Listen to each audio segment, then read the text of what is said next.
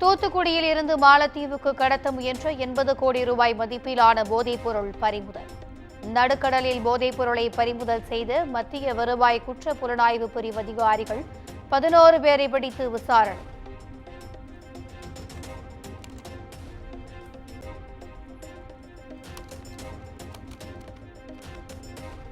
மும்மொழி கொள்கைக்கு எதிராக வருகிற 12ஆம் தேதி திமுக கண்டன பொதுக்கூட்டம். திருவள்ளூரில் நடைபெற இருக்கும் கூட்டத்தில் முதலமைச்சர் மு.க.ஸ்டாலின் பங்கேற்கிறார்.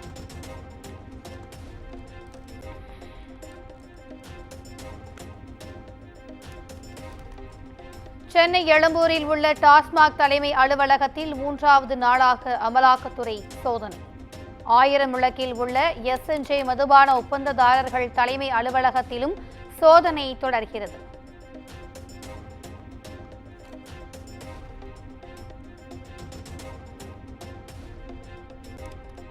விழுப்புரத்தில் உள்ள மதுபான ஆலையில் 3வது நாளாக தொடரும் அமலாக்கத்துறை சோதனை. முக்கிய ஆவணங்களை அதிகாரிகள் கைப்பற்றியதாக தகவல்.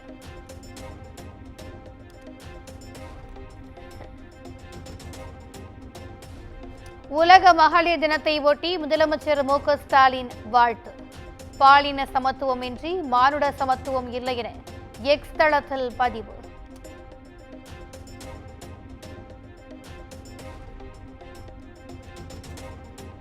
தமிழ்நாடு முழுவதும் உலக மகளிர் தின கொண்டாட்டம். பல்வேறு மாவட்டங்களில் நடைபெற்ற மாரத்தான் போட்டியில் ஆயிரக்கணக்கான பெண்கள் பங்கேற்பு.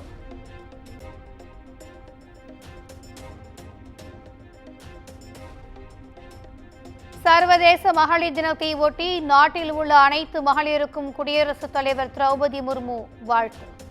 எதிர்க்கட்சித் தலைவர் இபிஎஸ், வைகோ, அன்புமணி, பிரேமலதா விஜயகாந்த் உள்ளிட்ட பல்வேறு அரசியல் தலைவர்களும் வாழ்த்துக்களை தெரிவித்துள்ளனர்.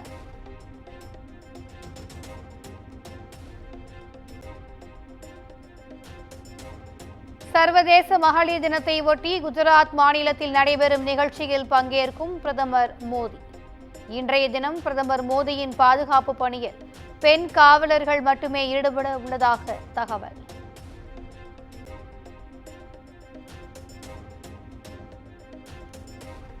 திருத்தணி அருகே அரசு பேருந்தும் டிப்பர் லாரியும் மோதிக்கொண்ட விபத்தில் உயிரிழந்தோர் எண்ணிக்கை 5ஆக உயர்வு. மருத்துவமனையில் அனுமதிக்கப்பட்டிருந்த இளைஞர் சிகிச்சை பலனின்றி உயிரிழப்பு. சேலம் மாவட்டம் ஏற்காடு மலைப்பாதையில் சுற்றுலா வாகனம் கவிழ்ந்து விபத்து. படுகாயமடைந்த 15 பேருக்கு அரசு மருத்துவமனையில் சிகிச்சை.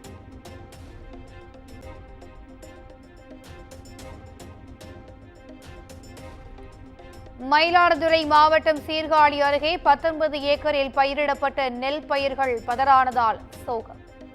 தமிழக அரசு உரிய இழப்பீடு வழங்க வேண்டும் என விவசாயி கண்ணீர் மல்க கோரிக்கை. 17 ஏக்கர் தாண்டி பண்ணியிருக்காங்க. மொத்தம் 18 ஏக்கரு. அதில் ஒரு 2 ஏக்கர் கொஞ்சம் பரவாயில்ல, கொஞ்சம் சுமாராக இருந்தது. நேற்று யாருக்கு சுத்தமாக எல்லாம் வெறும் பதறாவே இருக்குங்க. நான் என்னன்னு தெரியல, வெறும் பதறாவே இருக்கு. நான் நெல் பார்த்தேன்.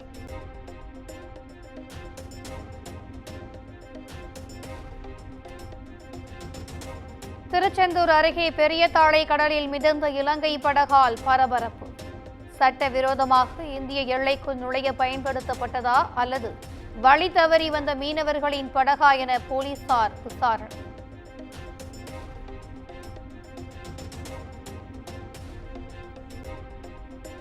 இசைஞானி இளையராஜா இன்று லண்டனில் தனது முதல் சிம்போனி வேலியன்ட்டை அரங்கேற்றுகிறார்.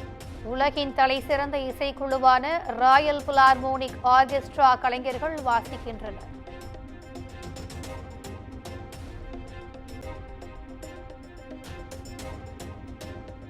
வடக்கு அயர்லாந்துடன் உறவை மேம்படுத்தும் விதமாக பெல்ஃபாஸ்டில் இந்திய துணை தூதரகம் திறப்பு.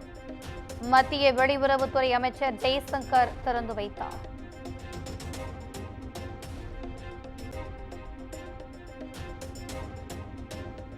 அமெரிக்காவில் எலான் மஸ்கிற்கு சொந்தமான ஸ்பேஸ் எக்ஸ் நிறுவனத்தின் ராக்கெட் வெடித்து சிதறியது. விண்ணில் ஏவப்பட்ட சில நிமிடங்களில் வெடித்து சிதறிய காட்சிகள் வெளியானது.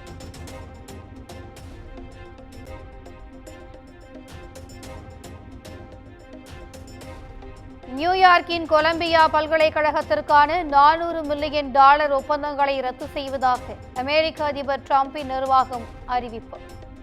யூத மாணவர்கள் துன்புறுத்தப்படுவதை பல்கலை நிர்வாகம் தடுக்க தவறியதாக எழுந்த குற்றச்சாட்டை தொடர்ந்து நடவடிக்கை.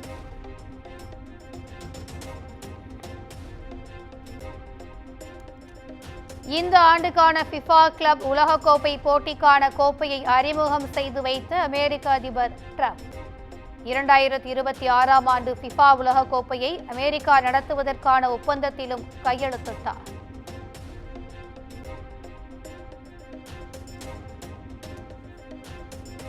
சாம்பியன்ஸ் டிராபி தொடரின் இறுதிப் போட்டியில் இந்தியா நியூசிலாந்து அணிகள் நாளை மோதல். இந்திய அணி கோப்பையை கைப்பற்றுமா என ரசிகர்கள் எதிர்பார்ப்பு.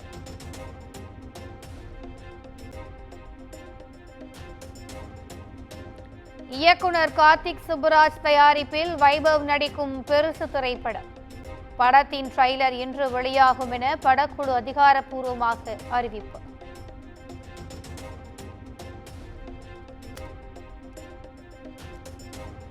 பரத் நடிப்பில் உருவாகியுள்ள காளிதாஸ் 2 படத்தின் ஃபர்ஸ்ட் லுக் போஸ்டர் இன்று வெளியீடு. மாலை 5 மணிக்கு நடிகர் விஜய் சேதுபதி வெளியிட இருப்பதாக படக்குழு அறிவிப்பு.